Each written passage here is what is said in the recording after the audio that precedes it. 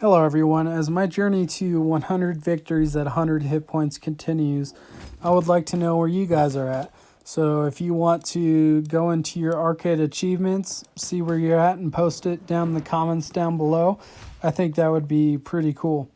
Now before we get into the gameplay, I just wanted to go over something just to make sure all of my viewers know how the meta has really shifted. And I want to make sure none of you guys are, stuck, and if you're not having success, why. And one thing you need to know is that every patch they have been decreasing the amount of 1 and 2 gold heroes there are in the overall pool, which basically just means now it is harder to make a 3-star. It's going to cost you more gold. It's going to cost you, more refreshes and more time, whereas other people are just going to be continuously upgrading. And also with all the new builds, now summoners are stronger. Now there's these Veil synergies that you can just really spread and benefit from it. So I want to make sure that you guys know that if you're keeping your commander at a low level and just trying to make all these 3-stars, you could potentially fall behind. So that's just one thing I wanted to make sure you guys knew. So we'll get into it. In this build, you might be looking at it like, oh, he's just doing another Celestial Summoner build, but no, I think I have refined my Celestial build to make it just as strong as possible, and I'm talking late game. So this build is super strong. I have been trying to work on how to create the strongest build from start to finish, and I think this might be it. Now the mages are really strong too. There's really nobody's gonna be able to say, hey, mages aren't strong. But I don't like to play mages every single game, and I don't like to do it much at all, just because I guess that's kind of what everybody's doing. And this build is just super fun and it's super strong. So we'll get right into the actual build. Now you want to start it off like it would be a summoner build, because if you guys don't already know, Zask, Chow, and Diggy, they're really the strongest heroes at the start. And if you check on your power, like if you start with those heroes because you get an extra summoner hero, like how strong your power is going to be at the start, it's crazy. Now at that fate box, since I was at 100 hit points, I wasn't able to get an item. And since Freya is a core hero in this build, I went ahead and swooped her. You can see that I threw in the Argus there just to get a 3-fighter synergy going, a weapons master synergy. And one thing I wanted to make clear, because one of my subscribers said it wasn't clear until he saw the last video, is that when you have 3 fighters in your build, every single one of your heroes, not just the fighters, will be healing off their damage dealt. So it's almost like every single one of your heroes has a lifesteal item on them now. So that is why having 3 fighters in your build is so strong for even a Dragon Altar build, really just any build. Just having the 3 fighters in there is going to give you it's going to maintain your strength throughout the whole battle. So yeah, basically, I mean, they're going to be healing every time they hit. So it's great to have. And it's also going to lead to those early victories where if they don't have their 3 fighters in, your team is going to be out sustaining theirs. Now you can see that I literally have all 1-star heroes in here, and I have the highest power and 100 hit points, of course. I'm talking to one of my friends who's in the games here, and he's also pretty good at building fast and strong. And you could see that there was an endless battle there. And even though I am going to be building Claude in here, I went for the item that it's like the rose, whatever. It gives you a shield when you are low hit points. Now that item is just so great, especially with the mage meta, because the biggest thing on mages is, making sure you don't get one shot. Your Freya doesn't get knocked immediately.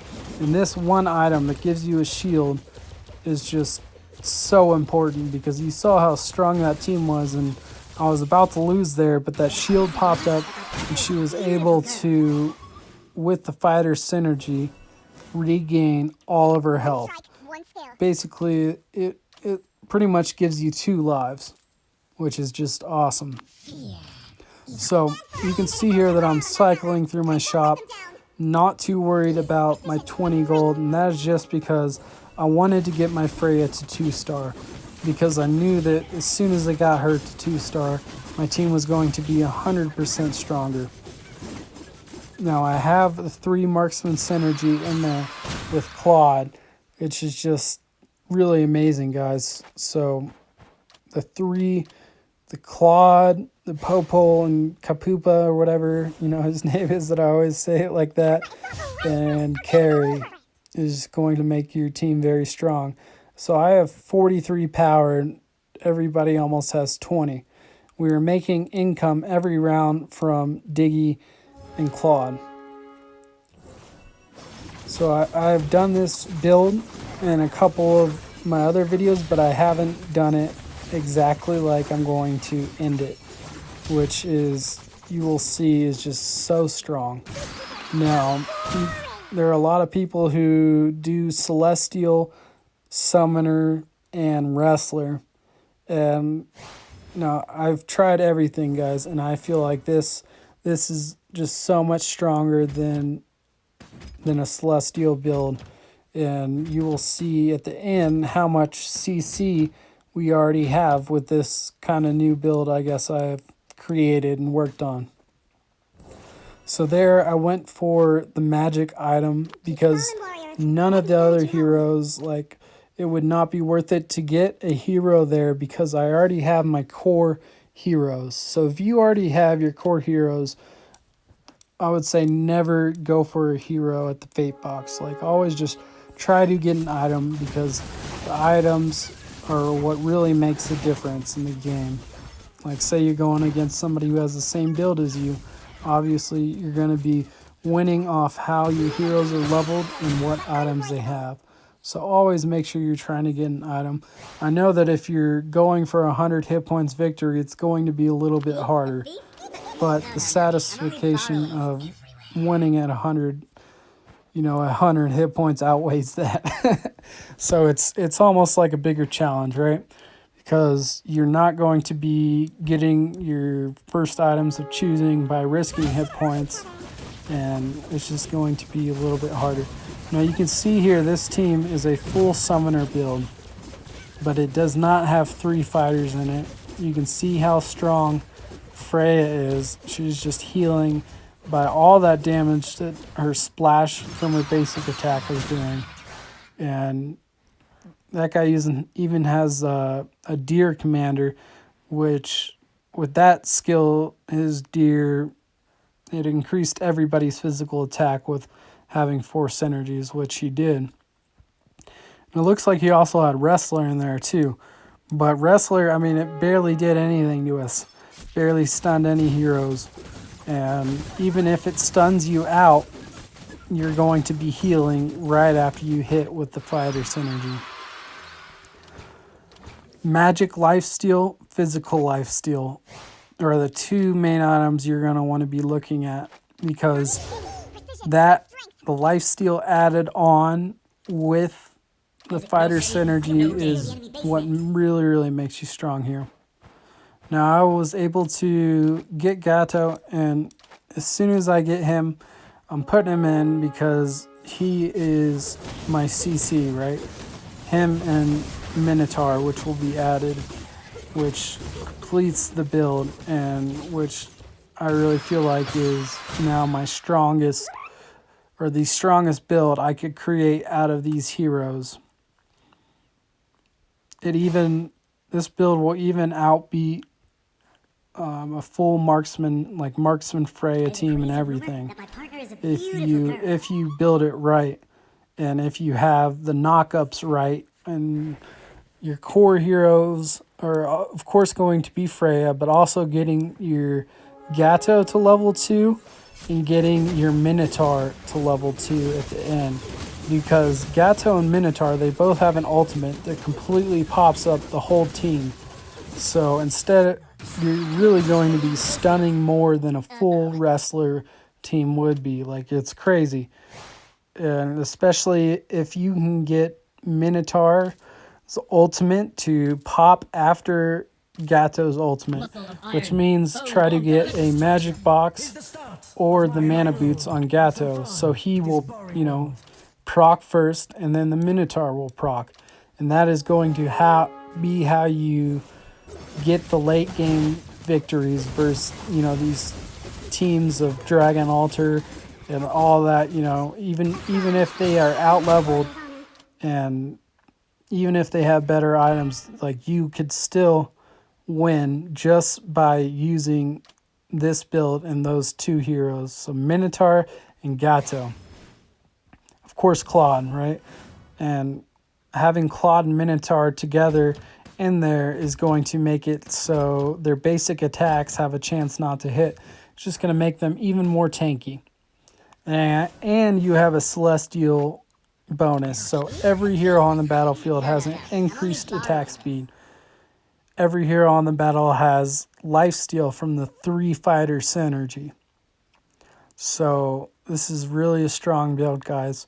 I encourage you to learn it. And strong early to late, which is very important. And I have found that this is stronger than the Summoner Celestial build, just because of how much damage Freya does, how much damage Claude does. And if you get a marksman rune like I did, you can throw it on Freya. She's going to be dealing out crits, which just makes it even stronger. And since you have a magic in there, you have Gato, you have Claude, you have Freya, your items that you get, you can really get any item and succeed with them, right? It's not like, oh, my boss hit and I got all mage items, it's super bad, or I got all physical items. Like, you can use every single item. You can use defense items, you can use attack items. You can see here how strong and thick this team is. But we have a knockup from Gato, and we still have Kufra in there, so we haven't found a Minotaur. But look how much he is just popping up, and just the sustain is crazy. Like, that Ling is level 2 with lifesteal, a helmet, and an endless battle. Like, the 3 core items you could have on a Ling. So it's really the best items, but our team is still beating out theirs, even though they have 6 Dragon Altar and 4 tanks. So, just to keep in mind how strong this is, and we still don't have Minotaur in there. This is how you're going to want it to look. The build is complete at 9 capacity. So it's a very upgrade your commander, spread your heroes, which is, like I talked about at the start, kind of the meta right now. So it all works together. It all, I don't know, it just is just really strong right now. So I finally got a Minotaur. This is where the build is really going to excel. Now, I didn't have time to move him to his correct position, but you will see in the next round I do. And you should see how, like, the sustainability is just insane. Freya, Minotaur, and Gato. It's like the three heroes literally work together because they just cannot die. Gato with his lifesteal on every pop-up. Even if he didn't have that magic lifesteal item, he's going to be healing from the 3 fighter synergy.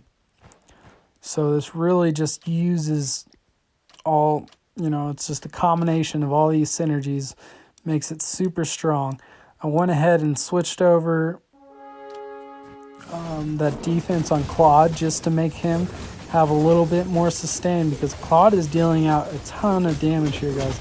And I need to get better at clicking on that little damage thing in the fights. I do apologize for that. But just to see how strong this is. Now, I tried to get a lot of information out in a short video, so if you have any questions, just comment below. All right, thank you guys so much. I hope you enjoyed that.